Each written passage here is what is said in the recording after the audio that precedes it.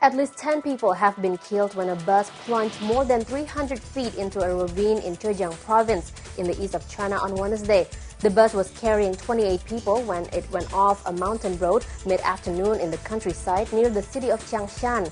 More than 300 people took part in the search and rescue efforts. All the passengers were found, but 10 had already died, and the others were rushed to hospital.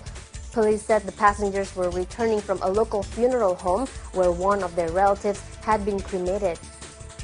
U.S. President Barack Obama has met Xu Caiho, vice chairman of China's Central Military Commission, at the White House. Obama says his administration is committed to building an active, cooperative, and comprehensive relationship with China and pledged to promote military ties.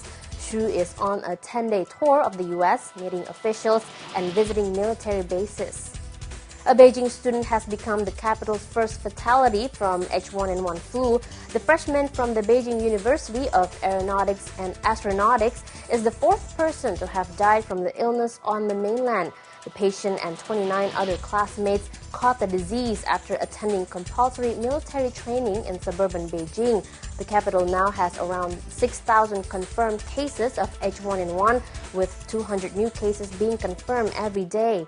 An official from the Beijing Municipal Health Bureau says this year's flu wave had come earlier than normal and added that the combination of H1N1 and traditional flu could mean a record number of flu cases this year.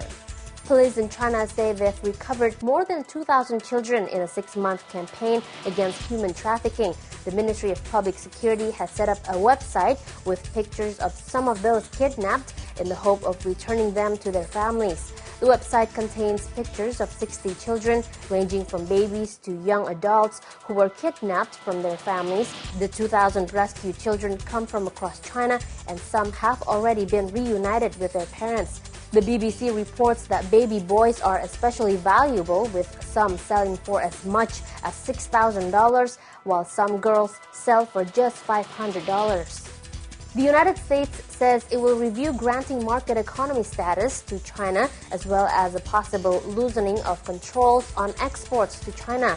U.S. Secretary of Commerce Gary Locke made the comments on Wednesday in Hangzhou. Chinese media reports have claimed that Washington will officially recognize China as a full market economy during President Barack Obama's visit to China next month. Locke is in China to attend the 20th China-U.S. Joint Commission on Commerce and Trade, co-chaired by Vice Premier Wang Qishan and U.S. Trade Representative Ron Kirk.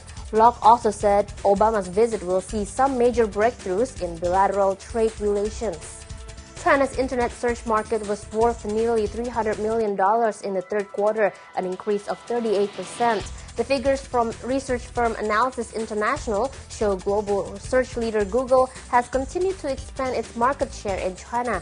Google had 31.3% of the market in the third quarter, while Chinese search leader Baidu continued to dominate with 63.9%.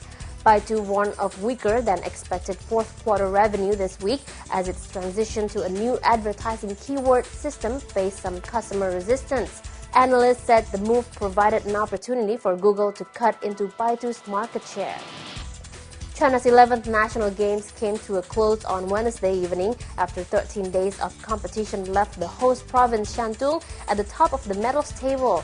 The Games saw 5 world records broken, along with 16 new Asian and 39 national records. Hurdler Liu Xiang produced the most high-profile victory of the Games to win a third straight title. But the Games weren't without controversy, as the diving competition was dogged by allegations of fixing, while 3 athletes tested positive for performance-enhancing drugs, including Wang Qing, who was stripped of her 100-meter title. The final overall medals table had Shandong on 63 golds, followed by the Chinese Army on 49 and Jiangsu on 48.5. And that's the BON headlines for now, but we'll be back with more news after this.